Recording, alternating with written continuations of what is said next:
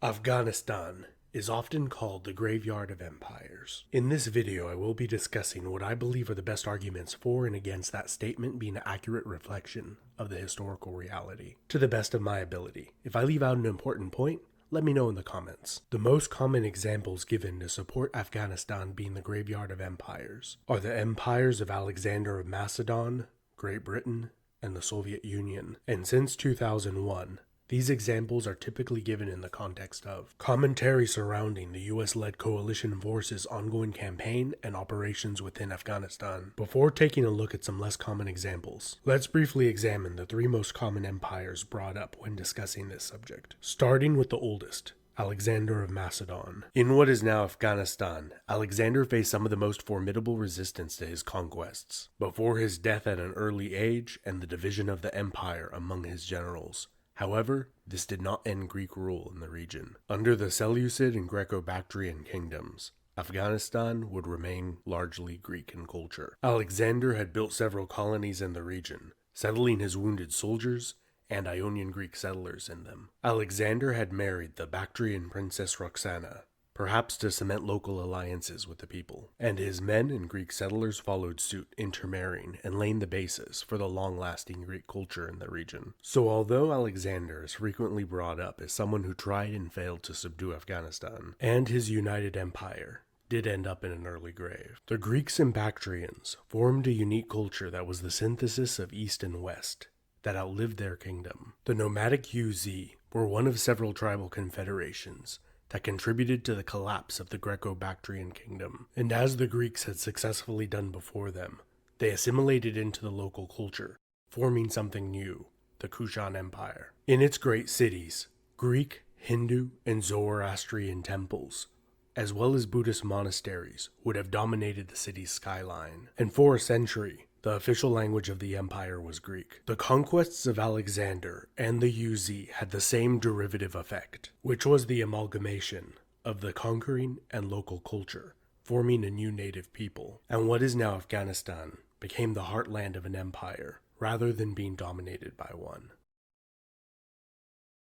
The British Empire fought 3 Anglo-Afghan wars in the 19th and early 20th century. The first of these ended in disaster, with nearly the entire occupying force being killed or captured, after a British invasion which was met with minimal resistance. The First Anglo-Afghan War is often pointed to as a classical example of a worst-case scenario for an invasion of Afghanistan. During the Second Anglo-Afghan War, the British re-invaded, shot up the place, and essentially said, "Hey, we're in charge, and just so you know, you can't be friends with the Ruskies. In fact, you can't have any friends unless they come talk to us first." And then the British withdrew. During the Third Anglo-Afghan War, the Afghans invaded northern India, and after a few brief clashes, a peace was made where Afghanistan was internationally recognized as a fully independent sovereign state. The Anglo-Afghan Wars were by no means the death nail in the coffin of the British Empire, but they did clearly demonstrate the limits of the most powerful empire on the planet at the time, against a people with far inferior resources. For almost the entire decade of the 1980s, the Soviet Union fought a long war of attrition in Afghanistan, and after expending vast amounts of human and material resources, they withdrew in 1989, and the Soviet-backed government in Kabul collapsed shortly afterwards, as well as the Soviet Union itself, in 1991, and is the clearest example of a time when an empire invaded, withdrew, and its obituary was written shortly after. The correlation between these events does not necessarily mean they caused them, but I think most would agree that the war was a significant factor in the Soviet Union's decline. However, only looking at the conquest and invasions of these 3 empires is doing Afghan history a tremendous disservice, and giving yourself an inaccurate view of the situation. For much of its pre-Islamic history, what is now Afghanistan was part of an Iranian empire, and is first mentioned in relation to its conquest by the Median Empire, and then the Persians, who established a more firm control over the country. And in the centuries prior to the conquests of Alexander, the eastern provinces of the Achaemenid Persian Empire widely adopted Iranian culture and the Zoroastrian faith, and were some of the most peaceful and lucrative satrapies, or provinces, in the empire.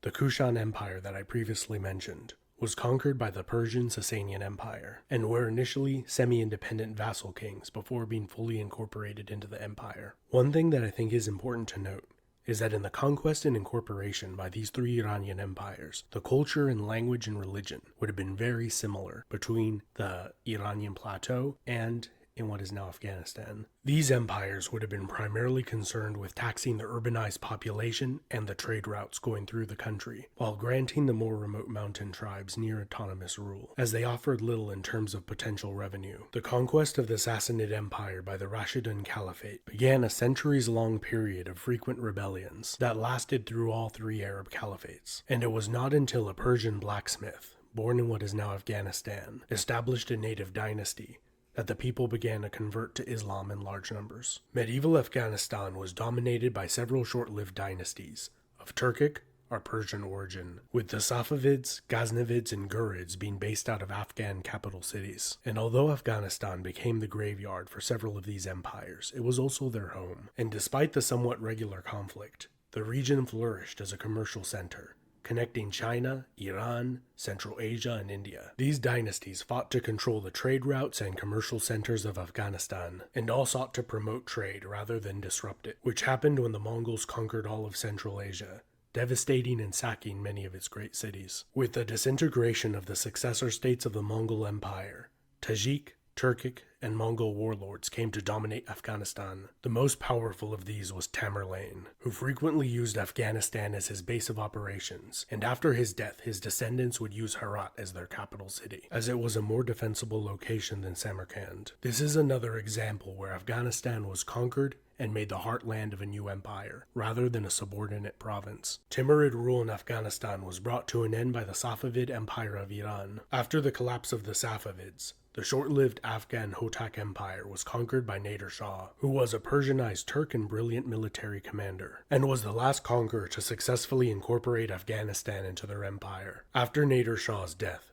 one of his officers, Ahmad Shah Durrani, returned to his homeland and established the Durrani Empire, which is considered the foundation for the modern state of Afghanistan. So to return to the question, is Afghanistan the graveyard of empires? It is important to consider, what do we mean by Afghanistan? If it's the nation that began calling itself Afghanistan in 1823, or going back to 1747 with Ahmad Shah Durrani, there is a much stronger case.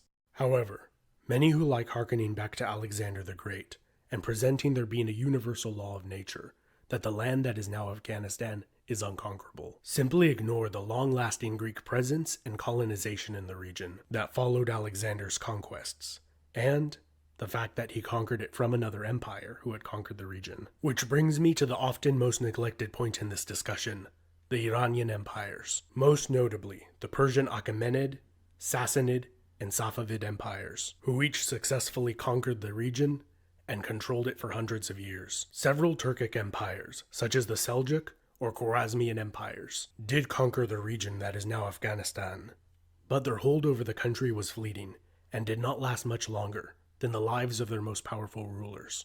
The Turkic Mamluk Ghaznavids were somewhat more successful as they moved in and assimilated, as did the Uz who became the Kushans, and the Seleucids in the east that became the Greco-Bactrians. Another somewhat gray area is during the Rashidun, Umayyad, and Abbasid empires, with their hold over the region being somewhat tenuous, and Kabul in the east being largely independent most of the period, and was ruled over by Hindu and Buddhist kings. Afghanistan, the graveyard of empires. I must admit I do like the sound of it, and it is a fitting moniker for a land and a people that have frequently defeated and withstood empires many times their size. On the flip side, the popularization of the term has led somewhat to a common myth that Afghanistan has always been an unconquerable land, since time immemorial, where disunited tribes battle against each other, only to unite against an invading foe. Although this situation has been true, especially in the recent past with its contact with Western countries, the further one goes back in the region's ancient past, more examples can be found of the region being conquered by empires, as well as it being the homeland of united kingdoms and empires. In my opinion, I believe much of the misguided views on this subject stem from Alexander being almost ubiquitously referenced along with the graveyard of empires in books, magazines, and grew in influence and power to the point where they became independent. As I alluded to earlier in the video, I do believe the phrase fits, if by Afghanistan